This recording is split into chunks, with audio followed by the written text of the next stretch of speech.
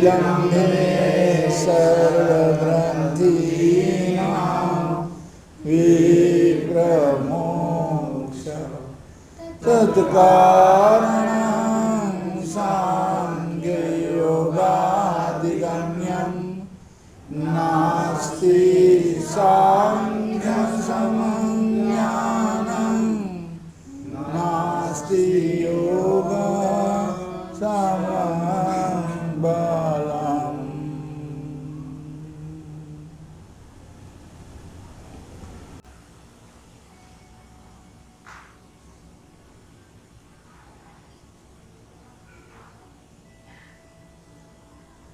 कैसे मरे?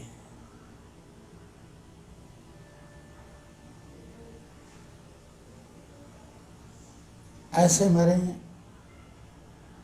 कि जो अविनाशी तत्व है, जिसका कभी भी नाश नहीं होता, जो कभी भी नहीं मरता, न कभी वो जन्मा है, उस तत्व में स्थिति करके अपने प्राण का अंत। हमारा ये नश्वर देह का अंत हो जाए, देहांत हो जाए, ऐसे मरे।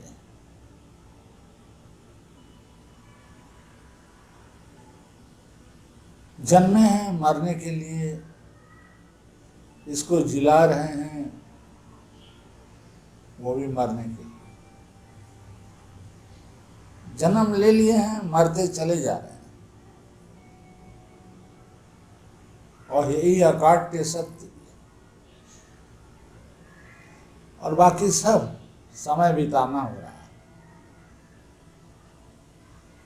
कि कब मौत आए, बस लीला खेला खत्म हो जाए, समाप्त हो जाए। लेकिन इतने से ही मनुष्य जन्म की सार्थकता नहीं है।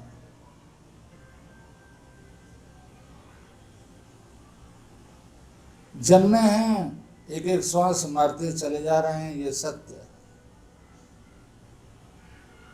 इस शरीर को दो रोटी दे करके जिला रहे हैं मरने के लिए, ये भी सत्य है।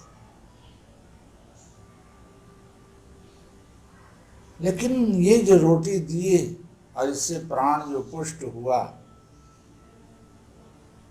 ये जो 6 घंटे की समय दिया इस दो रोटी ने, इसमें विवेचन करने के लिए कि कैसे चित्त की अवस्था हो, चित्त में कौन सा ऐसा तत्व हो जिस तत्व को हम अधिगत कर लें और तब हमारा प्राण का अंत। ऐसे मरे। इस तरह से विचार करने के उद्देश्य से ही दो रोटी देते हैं, प्राण को पुष्ट करने के उद्देश्य से। प्राण पुष्ट होता है, फिर वो खत्म होता चला जाता है। एक एक श्वास एक एक श्वास एक एक श्वास कम होता चला जाता है। तो इस तरह से भीतर भाव आता है कि हमारी जो परमायु है, वो परमायु का सदुपयोग करें।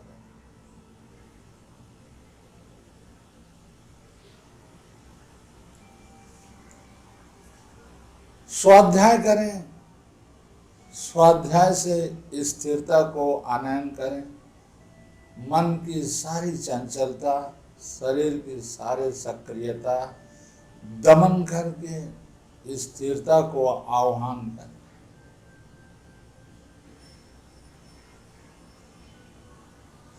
हम ये जो श्वास ले रहे हैं, इस श्वास के साथ हम मंत्र को भी जप रहे हैं। श्वास ले रहे हैं तो ओकार से,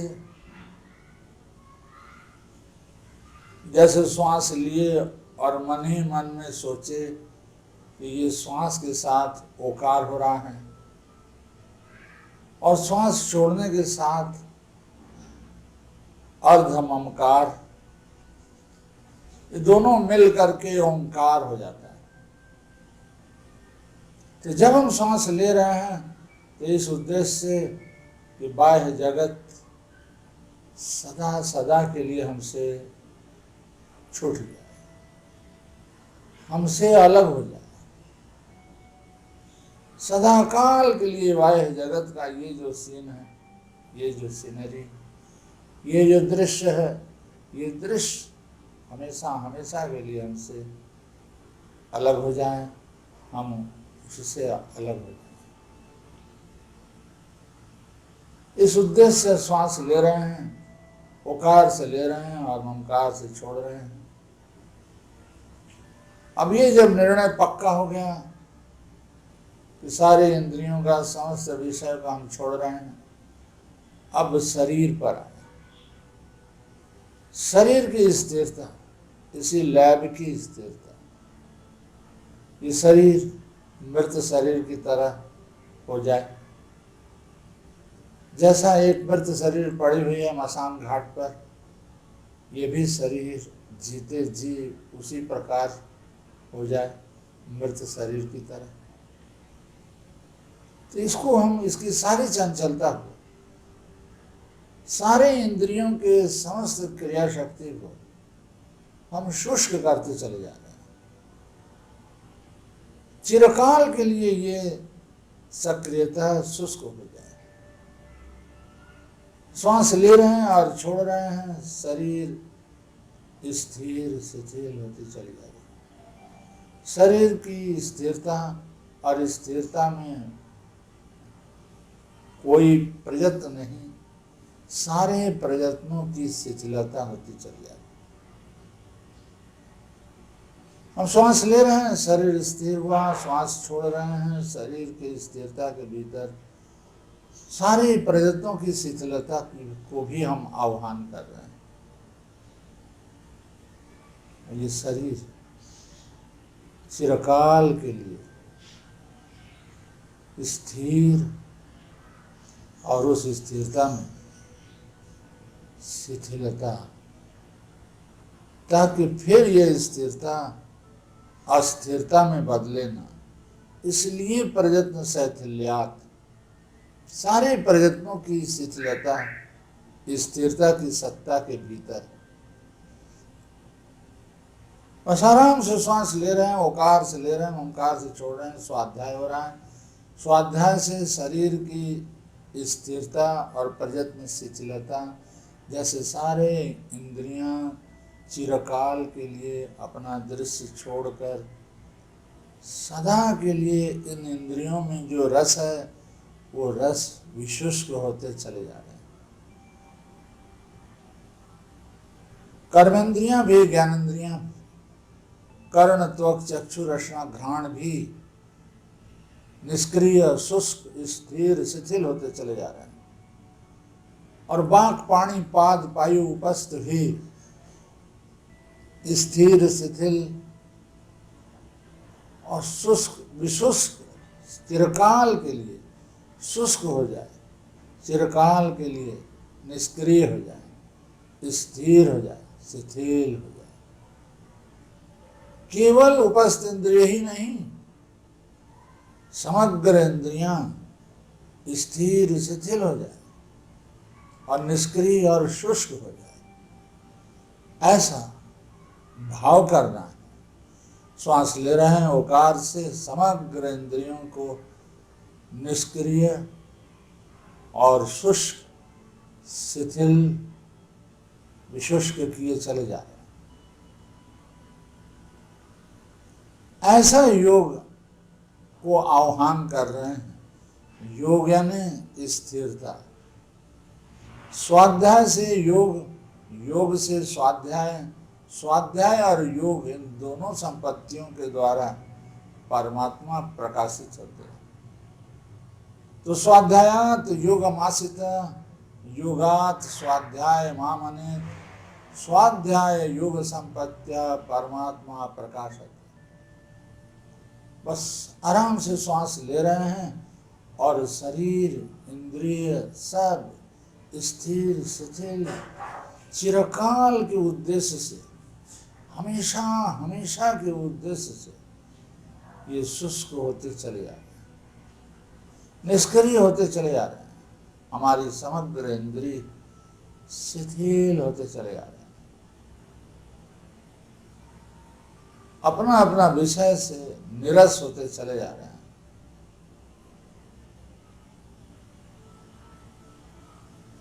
श्वास ले रहे हैं ओकार से, श्वास छोड़ रहे हैं ममकार से।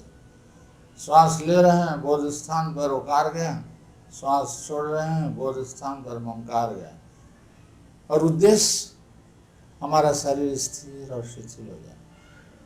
हमारा शरीर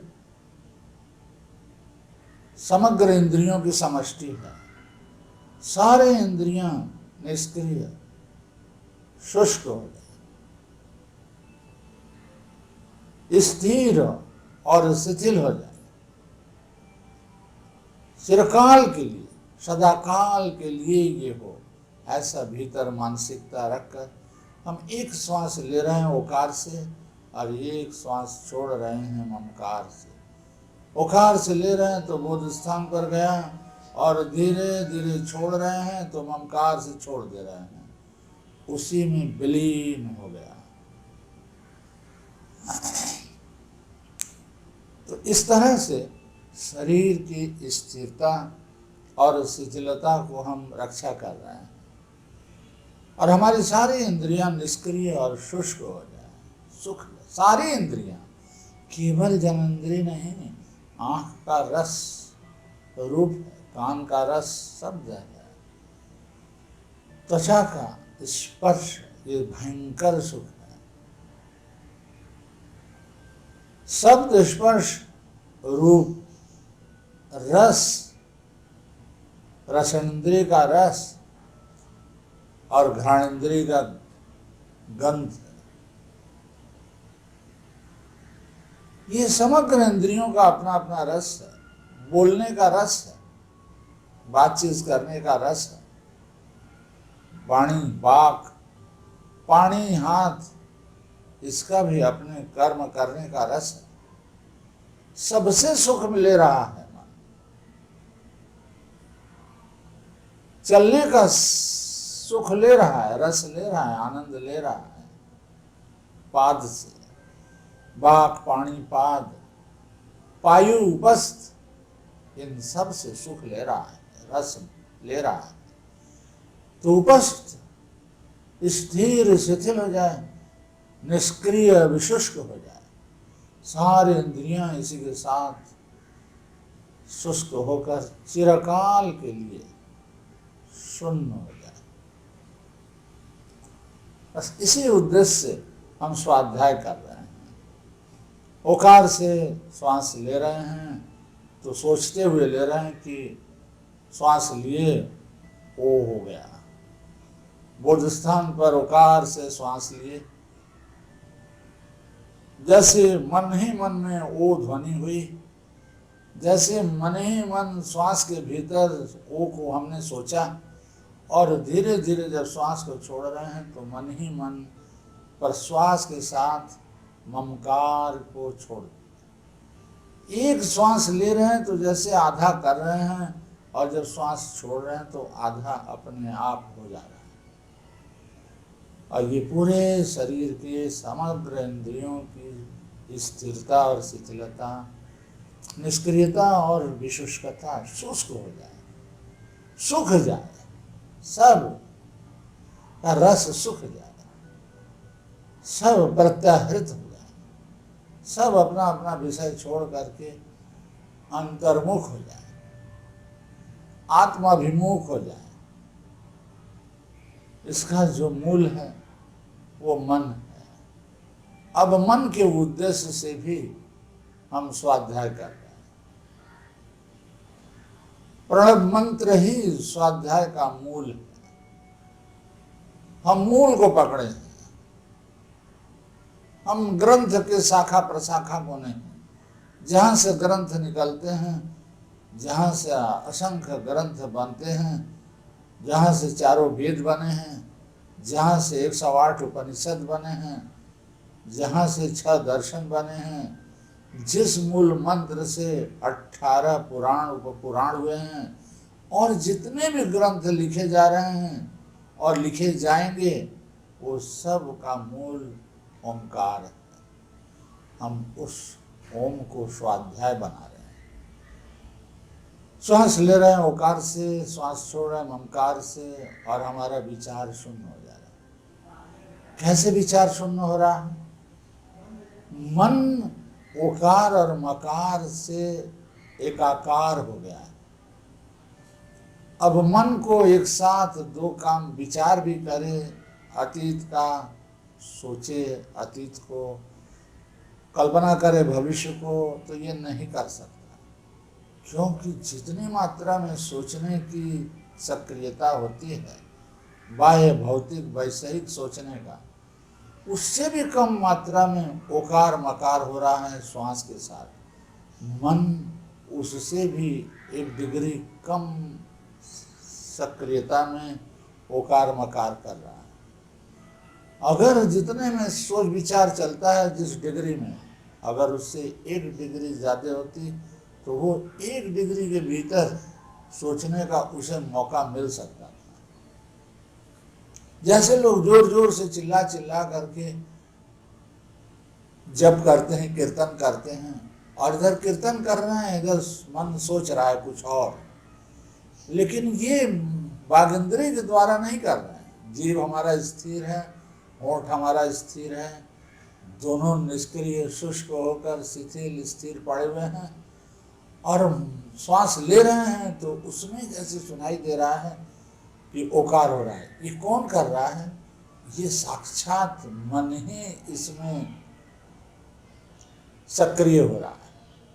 इतना कम निष्क्रियता, इतना कम सक्रियता है कि जिस सक्रियता के भीतर कोई और इससे कम क्रिया नहीं हो सकती मन की। अब ये मन गुथने ही वाला है। तो इस तरह से इसको धीरे से श्वास लिए, और उस श्वास के भीतर जो ओकार है वो निर्विचार है। धीरे से ममकार जो छोड़े, उसमें जो ममकार है, उस ममकार में कोई इच्छा, कोई चिंता, कोई कामना कुछ नहीं, क्योंकि मन ओकार मकार में लिप्त है। जब इससे उसको फुर्सत मिलेगा तब वो अतीत को सोचेगा, अतीत की तरफ विचरण करेगा, अतीत के किए हुए कर्मों की, संस्कारों के ऊपर उसकी ज्ञान शक्ति की सुई लगेगी, और वो प्रकाशित होकर हमारे स्मृति पथ पर आएगी। लेकिन उसको मौका ही नहीं है। श्वास ले रहे हैं, ओकार से बोध स्थान पर गया, धीरे से श्वास को छोड़ रहे हैं, ममकार से बोध स्थान पर लीन हो गया। और उसका अर्थ क्या हुआ कि उसके भीतर कोई विचार नहीं है। अब हम और स्वाध्याय के द्वारा योग को, स्वाध्यायात योगम आसित, ओकार मकार हमारा स्वाध्याय है, तो हमारा शरीर और इंद्रिय सब निष्क्रिय शिथिल हो गए हैं। ये योगम आसित है। योग को हमने स्थिरता को और शिथिलता को हमने आह्वान किया ओंकार के द्वारा। अब विचार को शून्य किए, सीधे ओंकार के भीतर ही वो विचार शून्यता उपस्थित है। हम देख रहे हैं कि केवल ओकार है, विचारों में विचार ओकार, वो है निर्विचार, और ममकार है विचार, वो भी है निर्विचार। तो ये स्वाध्याय के द्वारा हम विचारों को शून्य कर दिए। ये और ज्यादा योगम आशित है। ये मन की स्थिरता शरीर की स्थिरता से सूक्ष्म है। मन के विचारों की शून्यता शरीर के सारे इंद्रियों की स्थिरता से और ज्यादा सूक्ष्म है। तो स्वाध्यायात शरीर की स्थिरता रूप योगम आशित है। योगात शरीर की स्थिरता से और सूक्ष्म जो मन की शून्यता है। अब उस योग से स्वाध्यायात, स्वाध्याय और योग संपत्ति, स्वाध्याय कर रहे हैं, अब हम ज्ञानात्मा के भीतर जा रहे हैं। ओकार से ज्ञाता भाव बोध स्थान पर देख रहे हैं, और ममकार से उसी ज्ञाता भाव में स्थिर हो जा रहे हैं। अब ये ज्ञानात्मा के उद्देश्य से ओकार और ममकार श्वास के साथ अजपा जप चल रहा है। इसको कहते हैं अजपा जप। ये जप नहीं कर रहे हैं, ये बस श्वास ले रहे हैं और ओकार हो जा रहा है, और श्वास छोड़ रहे हैं तो अपने आप ममकार हो रहा है। तो श्वास ले रहे हैं तो बोध स्थान पर ज्ञाता भाव में ओकार हो रहा है। उस ज्ञानात्मा को स्मरण कर रहे हैं, ज्ञानात्मा को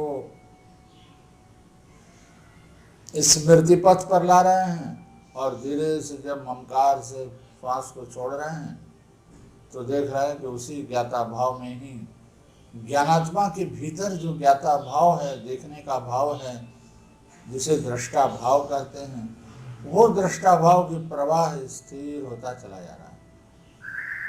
अब धीरे धीरे धीरे धीरे और योग में जा रहे हैं। स्वाध्याय वही है और योग का सूक्ष्मता की तरफ चले जा रहे हैं। अब ये ज्ञानात्मा स्थिर हो जाए, ज्ञानात्मा और स्थिर हो, ज्ञानात्मा महदात्मा में परिणित हो। आराम से श्वास ले रहे हैं और धीरे धीरे धीरे धीरे छोड़ दे रहे हैं। ओकार से ले रहे हैं और ममकार से छोड़ दे रहे हैं। ओकार से लिए तो बोध स्थान पर ओकार ज्ञात हुआ, और धीरे से छोड़ दिए, ममकार ज्ञात हुआ, और वो ज्ञाता भाव जागता चला जा रहा है। और वो ज्ञाता भाव का, ज्ञानात्मा का ज्ञाता भाव अब और स्थिर हो रहा है। ये स्थिरता योग है, स्थिरता ही योग है। शरीर इंद्रिय की स्थिरता योग है। मन की निर्विचार होना, निसंकल्पता योग है।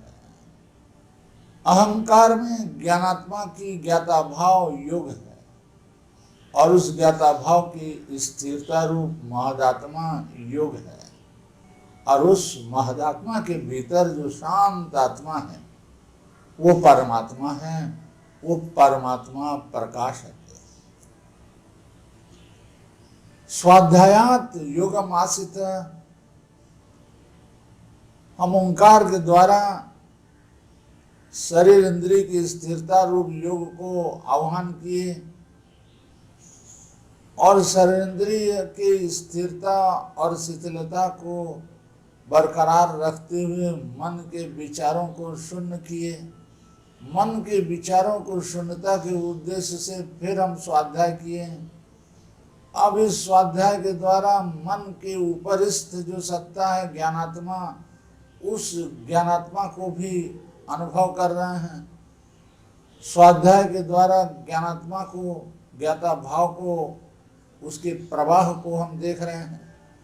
अब उस ज्ञाता भाव, ज्ञानात्मा में जो ज्ञाता भाव के प्रवाह है, उस प्रवाह को हम स्थिर क्षण में बदल रहे हैं।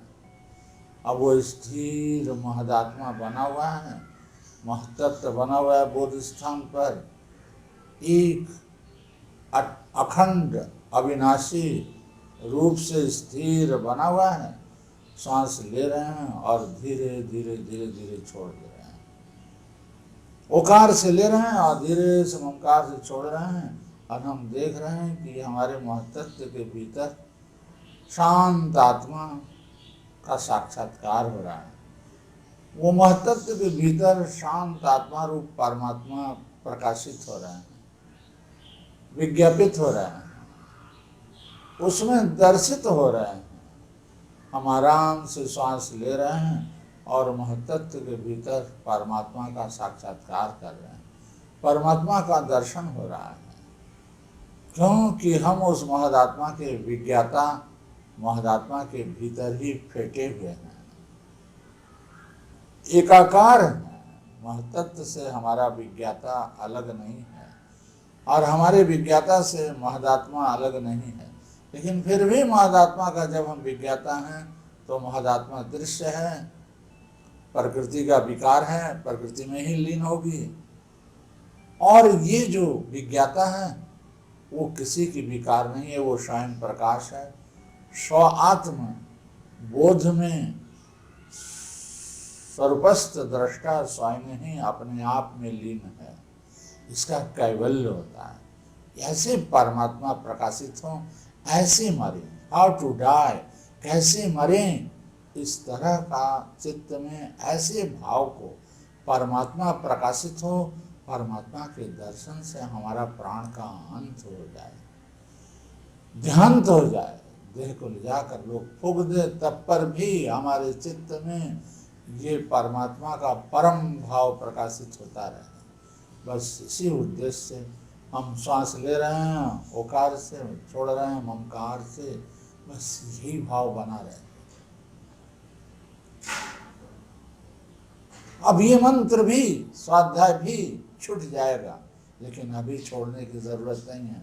अभी ओकार से बोध स्थान पर महत्त्व को और महत्त्व के भीतर परमात्मा को अवलोकन कर रहे हैं, आत्मा में ही परमात्मा को अवलोकन कर रहे हैं, अनुभव कर रहे हैं, दर्शन कर रहे हैं। इस तरह से हमारा एक एक श्वास कम होते होते प्राणांत हो जाएगा। ये जब प्रकृत मौत आएगी तब ये अभ्यास उस समय काम आएगा। ये मरलोक है, यहाँ मरने के लिए आए हैं, ये स्कूल ही है, मरने की पढ़ाई है, यहाँ मृत्यु की पढ़ाई है, और उस मरते काल में किस तरह से हम मरें उसकी पढ़ाई है। ये पूरा जगत ही, ये पूरा शरीर ही एक मृत्यु की स्कूल है। इस कक्षा में हम सभी इसी मृत्यु की पढ़ाई पढ़ने आए हैं, ताकि मृत्यु के जमराज आचार्य के सामने हम अमृतत्व को सामने रख सकें। परमात्मा ही वो अविनाशी अमृतत्व है जिसको हम अनुभव करते हुए रहेंगे, और मौत आएगी, यमराज आएंगे और मृत्यु आकर के देखेगी कि हम अपने स्वरूप में ही हैं। अपने स्वरूप के अतिरिक्त और किसी भी बाह्य पदार्थ को हमने अपना माना ही नहीं कभी भी। ऐसा निर्लिप्त चित्त हमारा परमात्मा में ही समाहित हो गया, और ये अनंत काल के लिए समाहित हो जाए, और इस ध्यान का अंत न हो, आत्मा में ही आत्मा को अवलोकन अनंत काल के लिए बना रहे। बस इसी उद्देश्य से ऐसे मरें, इस तरह से प्राणांत हो, फिर पुनर्जन्म न हो, फिर मरे न, मर के फिर जन्मे न, इस जन्म मृत्यु की प्रवाह से सदा काल के लिए हम छूट जाएं, मुक्त हो जाएं। ऐसे ध्यान करते हुए हमारा मृत्यु हो, ऐसे मरे, इसी उद्देश्य से शांति।